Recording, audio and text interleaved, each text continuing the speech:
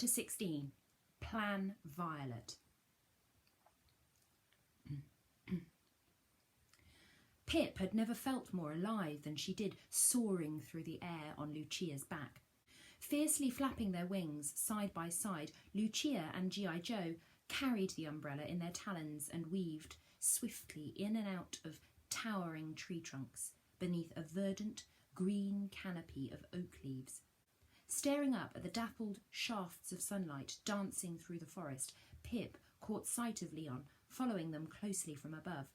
His white underwings, tipped with long, brown, speckled feathers, stretched wider than the umbrella and beat effortlessly on the gentle summer breeze. On his back, Madame Fargher leaned her prickled head forward and spoke into his ear. At that moment, the eagle tucked his wings into his sides and charged downwards, swooping to fly alongside the pigeons. "Listen carefully," the hedgehog said, raising her voice above the clatter of wings. "When you reach the lowest telegraph wires, hook the umbrella handle on one and meet us in the sky above. We'll dive together and pull it to the ground, damaging the phone line in the process." "But will the umbrella be all right?" Pip said, her insides trembling with unease. "Well, we'll see. We've never used an umbrella before," Madame Fargher said, her eyes gleaming. "Get ready, we're almost there." Before Pip could reply, the eagle and the hedgehog disappeared, overtaking the pigeons with a burst of Leon's wings. "Don't worry, little lady," G.I. Joe said, seeing her brow furrow. "You have my word. I'll look after this umbrella as if it was my own." "Me too," Hans nodded. "And me," Lucia said. Pip drew a deep breath. With a nervous smile, she decided to trust them, but their words didn't stop her heart clamouring behind her ribs. Ahead, the trees thinned into a wide expanse of grass fields that rolled for miles into the horizon under a clear summer sky. A row of tall timber telegraph poles, connected with long black wires, loomed above rich green hedgerows. Beyond, smoke plumed from distant battlefields. As they left the safe cover of the forest behind them, Pip's ears flattened. She could hear the sounds of gunfire travelling on the wind. A shiver of dread crept over her fur, and she wished the moon shone instead of the midday sun. Sharing the same thought, the birds powerfully beat their wings and tore through the blue. Nearing the telegraph line, the eagle ascended and hovered above them as Lucia slowed to let G.I. Joe, carrying the umbrella by its handle, take the lead. Together, they manoeuvred its silver hook onto one of the lowest rubber-clad cables, and as the pigeons arced upwards to meet Leon and Madame Fargher, Pip bit her lip, watching the umbrella gently swing back and forth on the wire below. "Ready?" the hedgehog asked, staring at them one by one. As the animals nodded in reply, Pip held her breath and tightened her quaking paws around Lucia's feathers. "Go!" The birds plummeted through the air and snatched the umbrella in their talons. They furiously flapped their wings, and the timber telegraph poles creaked as the cable stubbornly stretched towards the grassy field below. A moment later it gave way, propelling them all to the ground. Instantly the pigeons disengaged and soared upwards, while the eagle swooped back on himself to unhook the umbrella and carry it into the sky.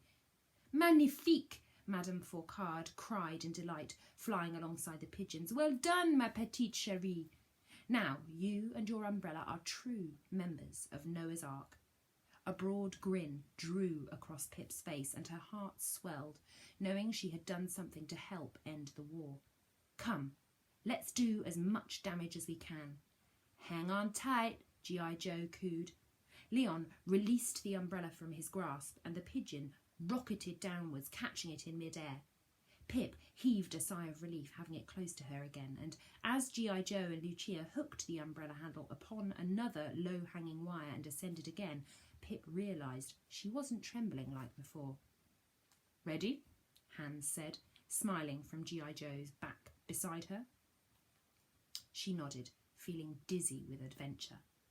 "Now, Leon!" Pip yelled, and the eagle tucked his wings into his side, charging into the umbrella, with the pigeons following close behind. A sudden growl roared, violently shaking the air over their heads.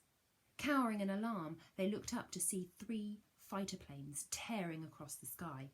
"Hurry," the hedgehog cried, gazing fearfully at their metal tails. "Those are Messerschmitts.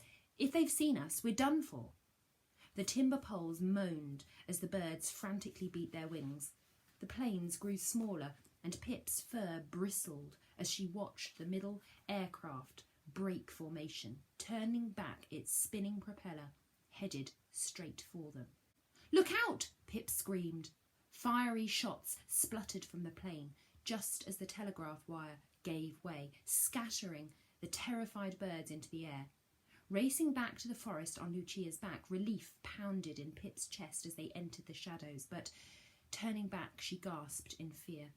Still carrying the umbrella in his talons and Madame Fourcade on his back, Leon desperately raced for the trees. Behind them, the plane opened fire in a deafening flash of orange sparks. Flying low, the Eagle faltered through a spray of bullets and crash-landed in the ferns. The aircraft blasted upwards and thundered overhead. "Leon! Madame Fourcade!" Pip cried. "Lucia! Joe! Hurry! Go back!" The pigeons and Hans glanced at each other, brows furrowed, and immediately turned around, approaching the flattened leaves in the thick undergrowth. Pip's throat tightened as she caught a glimpse of the Eagle, and the hedgehog collapsed on their sides beside the umbrella. "Madame!" G.I. Joe cooed urgently, landing next to her with Lucia. Hans leapt off his back and crouched low to tend to the hedgehog, who was curled into a ball. "Leon?" Pip said, rushing to him. He looked as though he was peacefully asleep.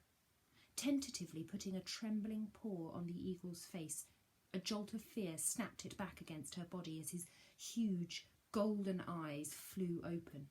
"Are you all right?" she said nervously. "Oui, I think so." The Eagle blinked, slowly peeling himself from the ground with a shudder of his wings. Seeing Madame Fourcade's motionless body, he cawed and limped over to her. "Madam," he said, but there was no reply.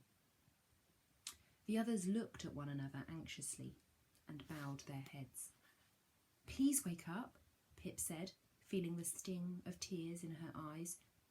Unable to bear the silence, she shook the hedgehog by the prickles. "Madame Fourcade," she said fiercely, "wake up!" "Shh, honey," Lucia cooed softly. "Let her be." "I detest those planes," Madame Fourcade groaned, uncurling from her ball. Sighing with relief, the others helped her steady herself on her paws.